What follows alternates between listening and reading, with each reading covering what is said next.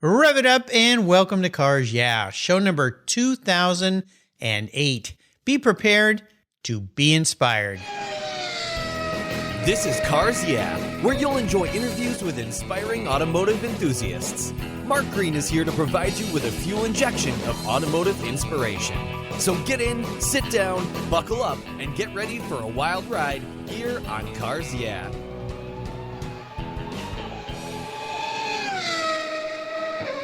Hello, inspiring automotive enthusiasts, and welcome to Cars Yeah. Today I'm in Brownsville, California, in the forest, with a very special guest by the name of Brands Elitch. Brands, welcome to Cars Yeah. Do you have any gear, and are you ready to release the clutch? Yes, Mark, I am. All right, we're going to have some fun today. Now, before we get started and I give you a proper introduction and we talk about a very cool book that you've authored, what's one little thing that maybe people don't know about you, Brands? Well, not a lot of people know this, but when I was born, I was listening in the maternity ward, and I heard the doctors talking about the new Packard, which had just been released a few months previously. Uh-huh. And so when my parents took me home from the maternity ward, I wanted them to stop Packard dealer so I could see the new Packards. But unfortunately, I couldn't speak yet. So that didn't happen, but it did bother me for a long time. And finally, a few years later, in 1956, I got a bicycle.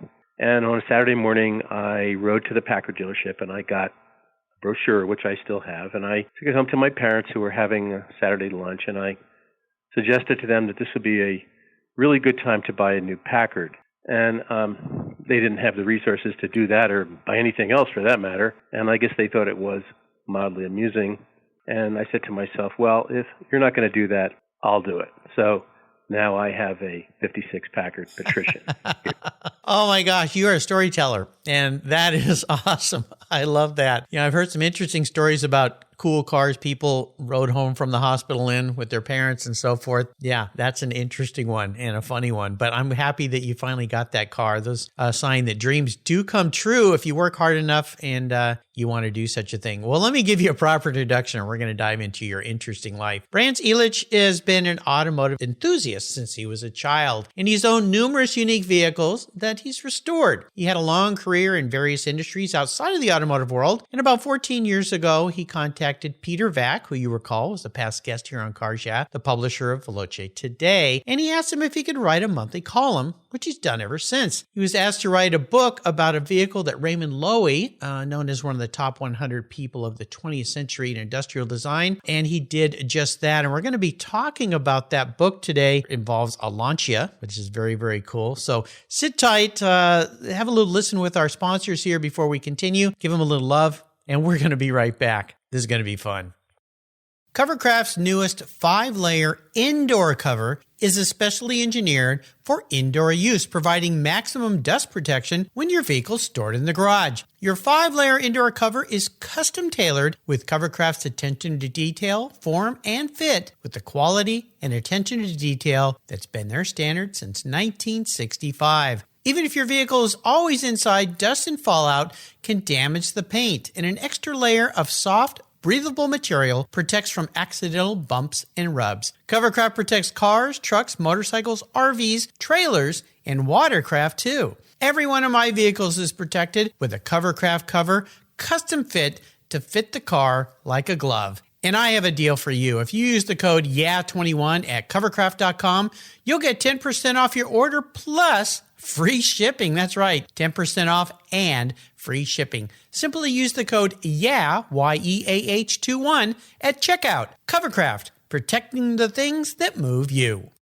I was tired of my rates for my collector car insurance going up every year for no explainable reason. My carrier seemed to be turning into a media company versus an insurance company, and I realized that a portion of my policy premium was paying for all those so-called free media goodies. So I did my homework, I talked to knowledgeable collectors, shopped around, and discovered American Collectors Insurance. They've been serving the collector car hobby since 1976. You last that long by properly serving your customers' insurance need, not with a lot of fluff. ACI is ranked the #1 online collector car insurance provider according to Google, Trustpilot, Facebook, and they offer their real person guarantee live support. No never-ending phone loops when you need help. Plus, because you don't use your classic car as a daily driver, you could save up to 40% compared to regular auto insurance. American Collectors Insurance provides agreed value policies. So if you experience a total loss to your collector vehicle or it's stolen, you'll be paid the amount listed on your declaration page, less any deductibles, of course. No ifs, ands, or buts. Give them a call today and ask for your free quote at 866-ACI-YEAH. That's 866-224-9324. Tell them you're a friend of mine, Mark Greens at Cars Yeah. American Collectors Insurance. Classic car insurance designed by collectors for collectors. So, Brands, we are back. So I want to cover a couple different areas in your life around cars. First of all, you were working in a variety of different industries as your career, but you loved cars, obviously, from the day you went home from the hospital, as you shared. But what initially inspired you to contact Peter at Veloce Today and say, hey, I'd like to write a column for you? I can't even remember what happened yesterday, let alone 14 years ago. I think what intrigued me was that Pete Vack's weekly column is so well done. A lot of the stuff you see, 14 years ago, there wasn't that much on the internet, but today there certainly is. And most of it is not all that memorable. But Pete, every week, he turns out a new edition that has 4 new articles in it. And as I tell people, that's 16 a month. That's like getting Automobile Quarterly every month instead of once a quarter. Yeah. And they're extremely high quality articles. And I think that's what attracted me, was the sheer quality of his work and also his enthusiasm. And I think that goes back to your kind of mantra about inspiring automotive enthusiasts. And I think that's what Pete does, and that's what I've tried to do. This is pretty cool. Now, did you know Pete before at all? No, I didn't know him at all, no. Okay, so it's interesting, a publisher gets a contact like this and says, well, what have you written before? Was there any kind of process with that, or did he just say, yeah, go ahead, sure, do it? No, I think he just told me, I think, I don't remember really all that well. I think he just said, go ahead and do it, and I started submitting articles in. I don't think he's ever actually edited anything. I mean, I've covered a lot of different things. I've been to Retromobile numerous times. I've been to Essen. Went to General Auto Story for 3 years. I went to Monaco Historics. I've been to Monterey every year since 1979. I've never missed a year. Wow. So there's almost always something to write about every month, although the last year or so has been a little difficult. I went to Hershey in October, so I was able to write about that. And I did actually 3 photo essays and 3 articles on the historics. And I just did one on the Velocity International, the new show in Laguna Seca. So there hasn't been that much activity in the last year or so. I'm hoping that things will open up this year. Oh, we all are. Yeah, we need it. It's been I never thought I'd live through something like this. It's very, very odd times for sure. Well, I want to talk about this book, and you were so kind to send me a copy of this, and I really found it fascinating, and I learned a lot about Raymond Loewy, who's an incredible designer. People who understand design or know cars have heard of him and all the things he was involved with. But this has to do with a special car, Lancia, which are beautiful cars, but there's so many different varieties. Let's talk a little bit about this book and why you decided, first of all, to take on this challenge. Right. Well, actually, I can't take credit for that. I have a friend whose name is Steve Snyder, and he had actually followed this car for many years and had documented it and had pictures and stories and all sorts of things. And every few months he would say to me, somebody has to write a book about this. And I put him off for about 20 years. Is that all?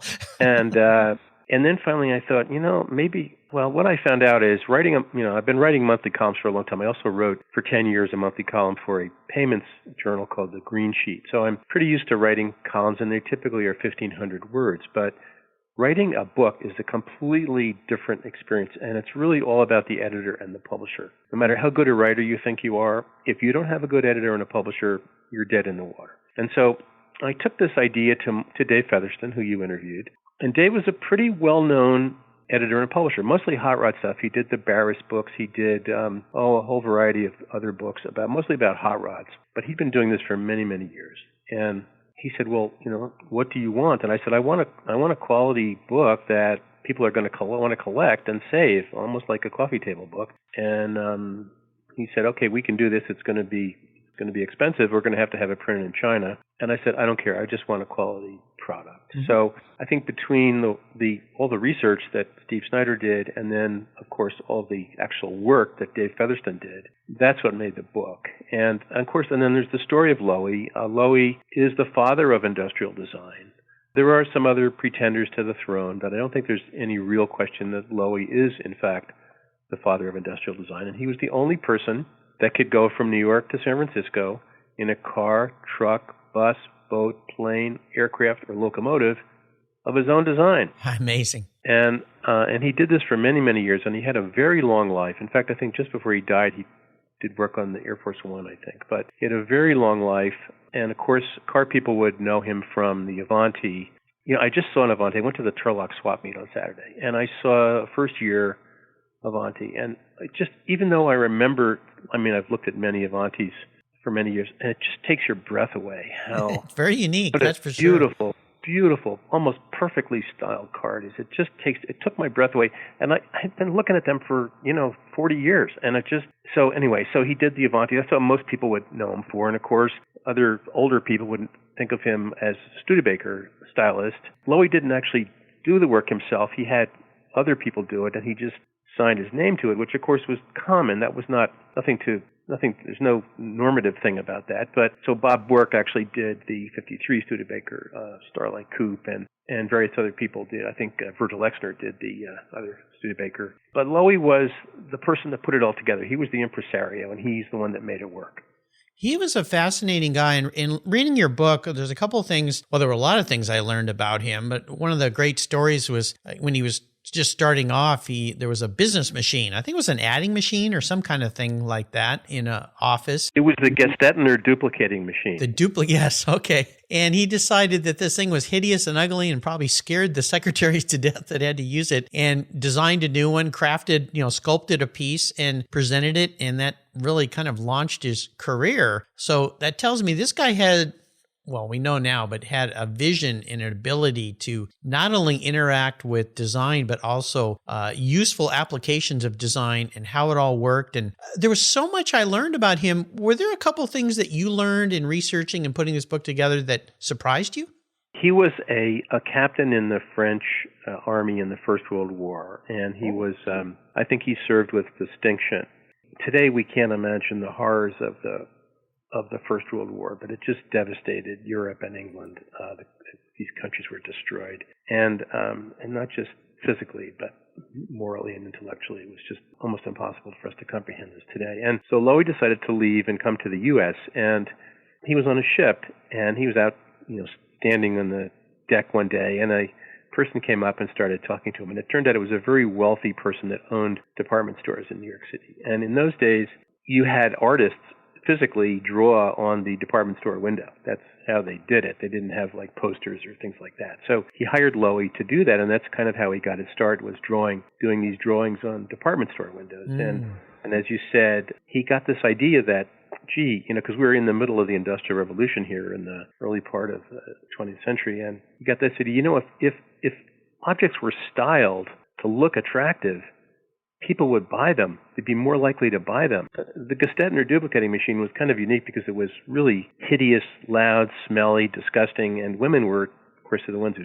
operated it, were terrified of it. And Loewy realized that this was a really obvious thing that needed to be fixed. Right. And yes, that is kind of what kickstarted his industrial design career.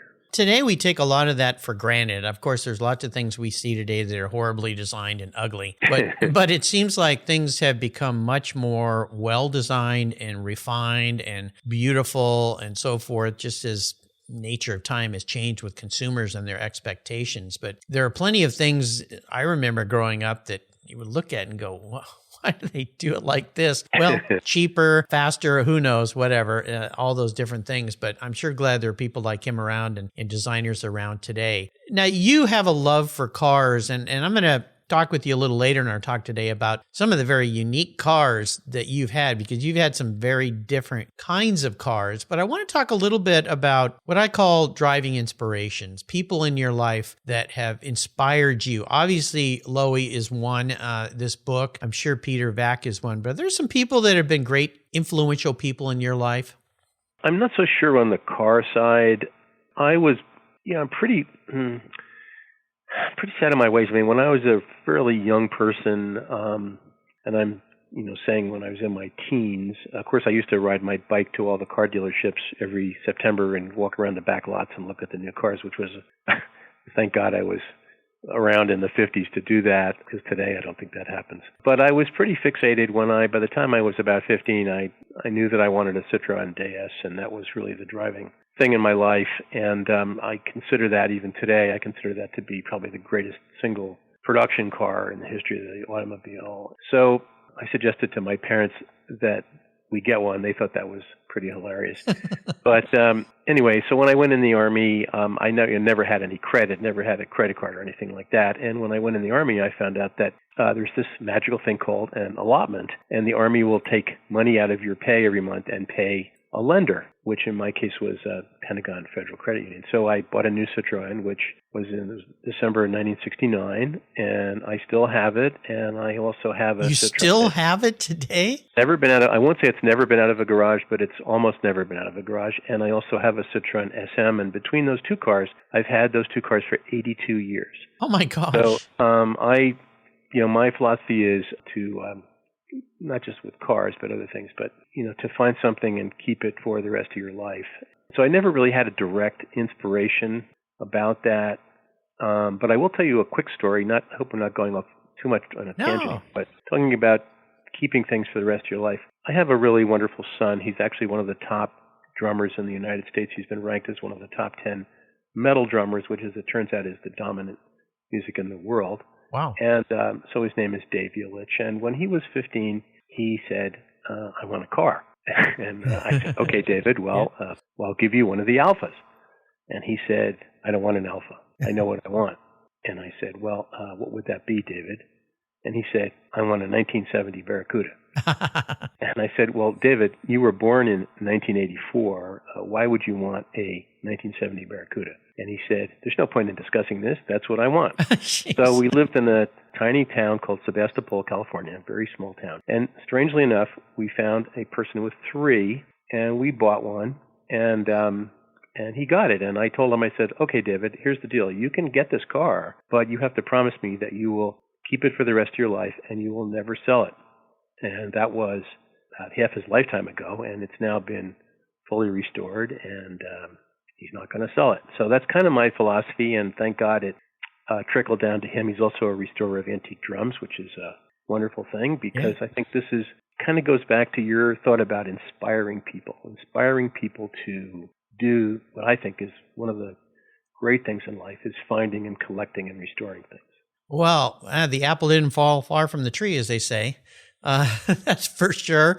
But interesting that he chose that car. Was that a design thing about that car? Did something trigger that in his life where he saw one? I think all of us, there's something in our lives, if you're a car person, there's something when you see something for the first time, it triggers something in you, just like I saw the Citroën DS for the first time. And I think, obviously, he was around Chrysler products growing up, because I collected Chrysler Imperials. And I think the 70 Barracuda is recognized as a pretty seminal design today. And of course, as you know, the insurance rates got to be almost unaffordable at some point, and those muscle cars went away. But they roamed the earth for a short period of time, for 4 or 5 years, and I think that resonated with him somehow. The Barracuda, remember when I was a little kid, well, I would have been about 11 years old in 1970, I guess, 11, 12. And my mom and dad kind of wanted one, but it wasn't really an appropriate family car.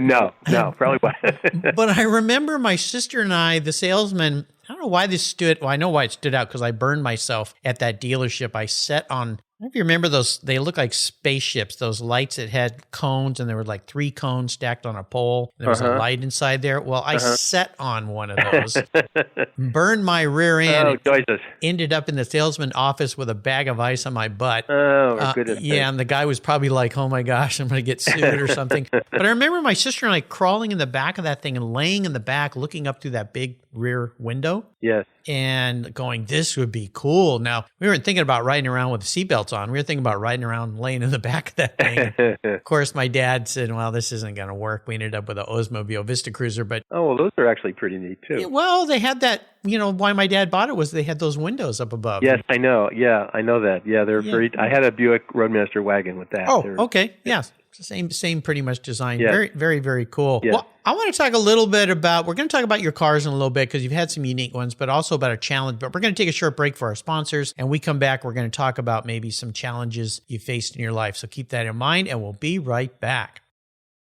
AutoGeek's Blackfire SiO2 Spray Sealant. It's a spray-on, wipe-off sealant that's quick, safe, and easy to clean and protect your vehicles. I love using it on all my cars. AutoGeek's Blackfire SiO2 Spray Sealant is a spray-on, wipe-away sealant that uses SiO2 ingredients to provide a slick, brilliant, and long-lasting shine. Silicon dioxide is known to be one of the most effective ingredients in car care products, and Blackfire Spray Sealant takes advantage of every stunning feature it has to offer. This sealant will protect your paint from road film, dirt, and other common contaminants while providing an impeccable, long-lasting, hydrophobic surface that forces water to sheet and bead on your paint for months. Go to AutoGeek.net to get yours and for the best product selections on the internet today, along with their skilled technical support. AutoGeek.net is where I go for all my detailing needs. That's AutoGeek.net. Check them out today. I've discovered Linkage. It's a new quarterly publication and website that covers the automotive market, driving, restoring, collecting, and discovering your passion for motor vehicles. Linkage is about experiences, opinions, and values. Linkage is an actual informed, reasoned opinion based on first-hand experiences. A talented Linkage team covers the automotive world, the people who share your passion and mine, smart, considered, rational, and experienced opinions, ones you can learn from and grow. That includes our passion that drives auctions and the collector car market.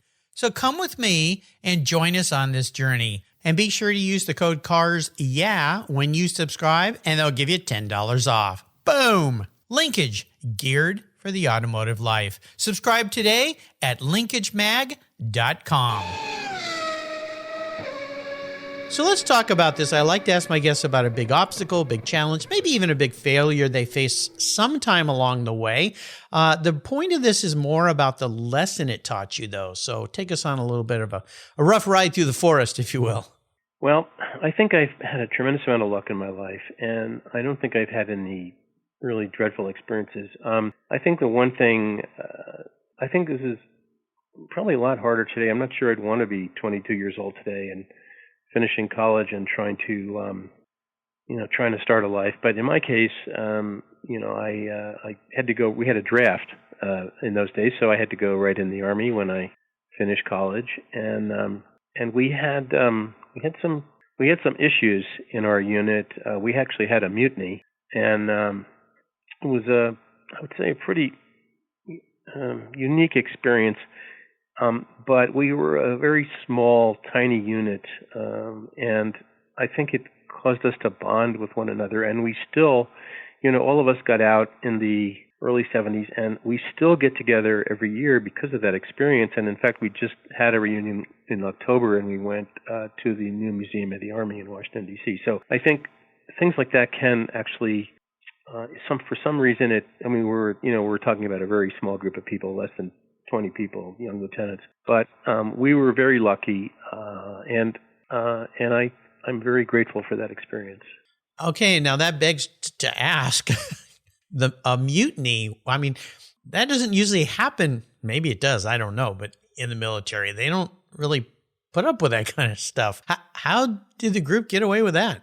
Well, to make a very long story short, we were stationed in Wiesbaden, Germany, and we were in a very old barracks that was built by the Nazis, and the barracks was falling apart. Right? The Army hadn't spent any money on it. The living units were pretty disgusting for the troops. The officers lived downtown in a hotel, like I did, but the troops had, oftentimes no heat, no hot water.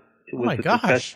Yeah, it was pretty disgusting, and they wanted some attention. They wanted the barracks to be cleaned up, and they wanted what's called a caserne to be cleaned up.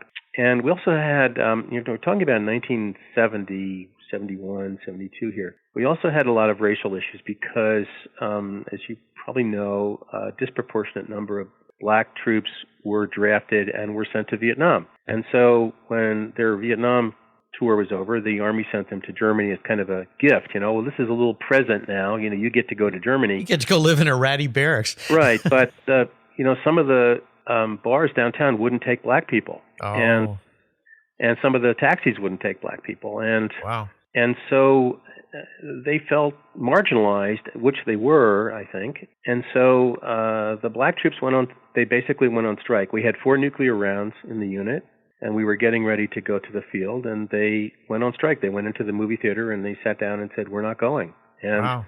Our senior officers were, they were out to lunch, really. They didn't get it. And actually I think one of the things that bonded us was that the lieutenants ran the unit. The captains and the senior officers were just not there. Yeah. And that never happens in the Army. It never happens that lieutenants run a small unit. And so we ended up, of course, the colonel and XO were relieved, and we got new people. And ultimately, I think we had a really excellent black officer who was able to communicate with the troops, and ultimately we were able to get it resolved. But it was, we did have 4 nuclear rounds, and it was wow. a little scary at the time. Yeah. But I think it's, it was one of those things that the Army went through. And of course, the Army today is completely different. It's, as my friend Colonel DeLomo says, the best thing that ever happened to the Army is the all-volunteer Army. And today, the people that are there want to be there, and they're learning valuable skills which will help them for the rest of their lives. And so I'm very proud of the way the Army has transitioned into the new world. But it was an interesting time, as were the 60s, I guess, in the U.S. Oh, gosh. Yeah, no kidding. Well, I appreciate your service, Brands. My father was in the Army for a few years. He was an ROTC in college, so he had to fulfill his obligations, and he was sent off with his new wife, my mom, to Japan, which is where I was made. Got it stamped somewhere on my rear end. I can't see it, but yeah, they ended up in Japan for a few years, and for that experience for him was good and interesting. For my mom, it was life-changing because she'd never really even been out of her hometown very much. So to go to a foreign country and see a different culture, and it was really enlightening for them. But yeah. Wow, fascinating story. Well, you retired a while back, but you're still having fun around cars and so forth. Is there still a couple things on your bucket list you'd like to accomplish when it comes to your car world? And we are going to get to some of these very unique cars with the next question. So, people said this would never happen, but all the cars here actually run and drive, except I have 2 restoration projects. My Citroen is actually getting a change. It was like the last car made with brake fluid hydraulics, and it's being converted to LHM, which is a mineral fluid. And so that's a pretty big job. And so it's in the shop. There's almost no Citroen mechanics left. There's one in Santa Cruz, long price. And other than that, there's almost nobody else around anymore. So I'm very lucky that he's agreed to do that. And then I'm just started a new project, which is, my role is to rescue things. So okay. I have a rescued dog who's actually sitting right at my foot right now. Nice. And I have, so I rescued a 62 Chrysler Newport coupe, which some halfwit had used as a parts car. And so now we're having the engine rebuilt and the transmission rebuilt. And then I had to get the trim, which was pretty difficult, but I think I'm actually going to get that done this year. So that's kind of my current project. Wow, sounds like fun. But you've had a lot of unique projects. So I'm going to run through some of the cars that I know about with you. You mentioned Citroen SM, a Fossil Vega 59, which is a fascinating car, an HK 500. There was a guy who lived down the street from me when I was a kid that had one of those. And I remember going down and always looking at it in his garage going, what is that thing? You have a 38 Lagonda V12, a 62 Chrysler Newport, of course, I mentioned that, Citroen GS, Jaguar XJR and XJS, and 7 different Alphas. You're a bit eclectic, aren't you? Well, I think, this might be a controversial comment. I think every car collector should have an Alpha. I mean, I just think this is a basic thing. You should either have an Alpha. If you don't have an Alpha or a Jaguar, you're not a real car person. I know gosh. that's a little controversial. You've laid down the gauntlet for me now. That's the way I feel. So I did have a variety of Alphas, and I'd actually restored a Duetto, which was a car that was pretty much on the edge. The floors had rotted out. Even the trunk lid had rotted out, and the engine had seized and the brakes had seized. And I restored that whole car, and it was a big job. And then I had probably the only rust-free Alfetta GT Coupe in the United States, and I lost that in the last divorce, and it ended up going to the Netherlands because there's none of them over there. So at least that was saved. But and then my good friend, I should mention as an inspiration, my good friend Richard Krennis, who passed away a few years ago, but he had the world's fastest Alpha. He took an Alpha Spider and took it to Bonneville for many years, and actually got to, he wanted to join the 200-mile-an-hour club. Now, this is with the original Alpha 4-cylinder motor, and he got to 200 finally after many years, and he went to join the 200-mile-an-hour club, and they said, well, sorry, but we had to raise the number because too many people were qualifying, so they raised it to like 212 or something. Oh, no. Like that. So he ended up ultimately doing like 220. I can't remember the exact I'll show you. number. And so I went twice with him to Bonneville to see that, and that was quite an experience as well. I think I've seen pictures of that car at Bonneville. Yes, the yellow car. Yes, the yellow car, yes. Yeah, very cool. Well, I guess that's the spice of life is variety, and you certainly have figured out to have the spice of life and variety with all these very special cars, which takes me to a unique question that I love to ask my guests, and that is this. I'm going to be your car psychologist today, Brands. Okay. If you were manifest as a vehicle, not what you want to be, but how you perceive the man in the mirror, what would you be, but more importantly, why? Well, I'd be a Citroen DS because I consider this to be such a spectacular design. I mean, I think if you were looking kind of at the intellectual side of car design, you'd gravitate towards Lancia and Citroen, those two manufacturers. And and I would certainly like to have a Lancia. It's probably too late for me now, but I think that would be the car that I would, if I was I don't know what the right word is, but manifested as a car. That's what I would be. Yes. Okay. Well, I think that makes sense. Having gotten to know you a little bit better today. I love to ask my guests about a book, but of course, the book that we're going to be promoting today, and I'll put links to where you can. Are they still available? Your books? Well, I have the books, and when Dave passed away, Dave was actually selling them, and when he passed away, of course, I had to bring them all back here, so they're in my loft. But yes, somebody can just contact me, and I can send them a copy. Okay. Would email be the best way for them? Yeah, email would be the best thing. It's my name, brandeselitch@yahoo.com. I'll put a link to that on the show notes page. Of course, Lancia, is it pronounced Loraymo? Is that how you say that? Yeah, is that Loraymo? Actually, back in those days, well, I'm talking about the 30s and 40s, but there was no internet. So people used what's called a telex, and that was Loewy's cable address, was his name backwards, Loewy Raymond. So they abbreviated it as Loraymo.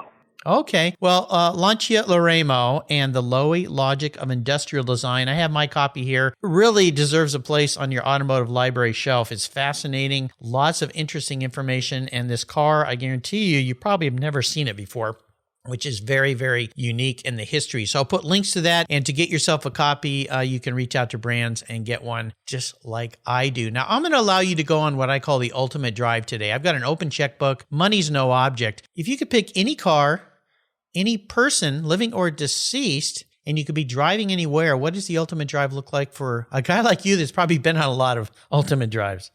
I thought about this, and I think the person would be Walter P. Chrysler. Oh, okay. Walter Chrysler, started out as as a locomotive mechanic. So he actually worked in the back shop. He became a master mechanic and superintendent. And then many years later, in 1908, he went to a car show. And he saw a Locomobile, which of course would be the greatest, in my opinion, the greatest American car of that period would be on par with a Duesenberger, or I can't even imagine today. But the Locomobile was a fantastic car, and it was extremely expensive, probably the price of a house in most cases. And so he bought the car and he didn't drive it. He just took it home and he disassembled the entire car piece by piece to figure out how it worked. Wow. And then he met Charles Nash, who was at that time president of GM, offered him a job at Buick, and he was made president of Buick.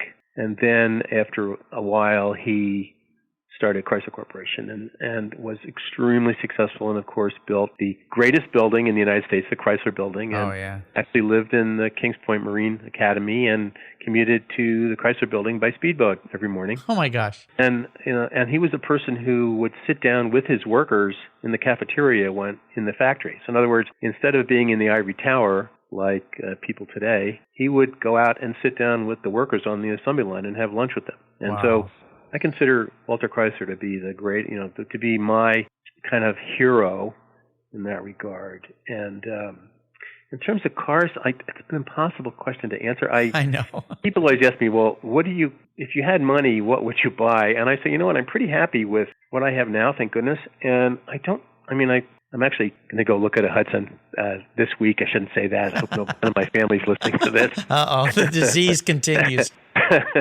But it's a compulsion, really. It's an addiction. It's a compulsion. But of course. So people ask me, like, is there one car that you would like to have that you don't have? And this is an answer, you'll never guess this in a million years, but a Renault R5 Turbo, I think, would be kind of the thing that I would like to have. I'd probably kill myself in it, and I'm not allowed to use any power tools or anything like that. But I've always thought the R5 Turbo was such a great car, such a brilliant design. And, of course, now people want the Clio Williams, but I think I would really like to just try that out and see what it's like. Of course, most of them caught fire and have been subsequently, the ones that weren't destroyed in racing or caught fire, there's still a few left. But so that would be kind of my off-the-wall answer to that. That is off the wall with Walter P. Chrysler. Wow. Unique. I figured I'd get a unique answer from a guy like you, Brands. Before I let you go, could you offer us maybe some words of wisdom, inspiration, or a success quote? Well, let's see. I thought about this. There's a quote by Jackie Robinson, and he said, a life is not important except in the impact it has on other lives. And I think that's what you've done with your 2,000 interviews. Okay, thank you. And I think that's what I tried to do with my 150 columns for Pete Vac. And I think what we want to do, and I think what you're doing probably better than anybody, is inspiring automotive enthusiasts. And there's still a lot of cars out there that need to be saved and to be restored. And they're still being scrapped. And so people need to be inspired, and they need to do that. So I do want to close with one, talking about inspiring people. Yes. And that's my mentor, Bob Carr. And I think I mentioned to you that Bob started with nothing, came from a family that didn't really have much, never thought he would go to college. And the local women's club gave him a $300 stipend and said, here, why don't you go to university? He had never thought about that. And he went to University of Illinois, was the first graduating class with a computer science major. And he started with nothing and ended up building a company over many, many years. And he ended up selling it to one of his competitors for $4 billion. Oh, my gosh. Yeah. And not only that, Bob has fully restored, since we're in the you and I are in the restoration world, Bob has fully restored Woodrow Wilson's house in Princeton, which was quite a big job. Oh, my gosh. And he lives there. So in any event, so what Bob did was he decided that he was going to pay back that women's club. And so he said, I'm going to start sending kids to college. And we're talking about kids, they're identified in the 9th grade. These are kids their parents are in jail, their parents are, there's no money in the family, they're homeless, they're foster children, they're kids with no future whatsoever. Yeah. And he identifies these kids in 9th grade, and he tells them, I'm going to send you to college. Wow. Here's what you need to do that. And so far, he has sent 1,500 oh my gosh.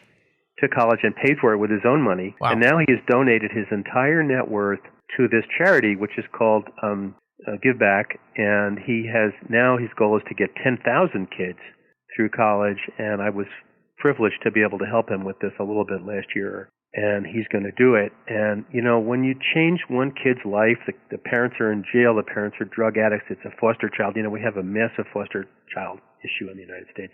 And when you change one kid's life, you not only change that kid, you change their family, and ultimately you change their town and their community. And this is one of the great things that I think we can do in the United States, is to do this kind of thing. And I'm grateful that I've been able to work with Bob over the years, and he has been really an inspiration to me. Oh my gosh, what a wonderful story. Yeah. Oh, beyond. I mean, just amazing. And look at what that nice thing that the women's group did for him and where it led to, changed his life. He's changing lives. Absolutely brilliant story. Well, I'm going to put a link to Brand's email so you can get your hands on his book. And I'm going to do a shout out thank you to our mutual friend, Diane Brandon. Diane, thank you. She's introduced me to so many wonderful people, and another one today in you, Brand. So thank you for spending some time with me today. Thanks for being so generous with your time and sharing your life in this book. It's absolutely fantastic. Until you and I talk again, my friend, I'll see you down the road. Okay. Thank you, Mark. Take care now. You're welcome. If your car started today, well, thank a tech. If that truck delivering your goods today got to your home or your business, thank a tech. If that airplane you rode in took off and landed safely, and if that boat you're riding in arrived at the dock safe and sound, that's right, thank a tech. One thing the pandemic has taught us is that great techs keep America rolling. They are essential workers and we need them. Support career and technical education by getting involved with TechForce Foundation. It's a Cars Yeah charity of choice. Learn more at techforce.org today. Thank you so much for joining us on today's ride here at Cars Yeah. Drive on over to carsyeah.com to find show notes and inspiring automotive fun. Download your free copy of Filler Up, a fun book filled with gorgeous photographs of fuel filler fun, including quotes from more inspiring automotive enthusiasts. Download your copy today, and we'll see you next time on Cars Yeah.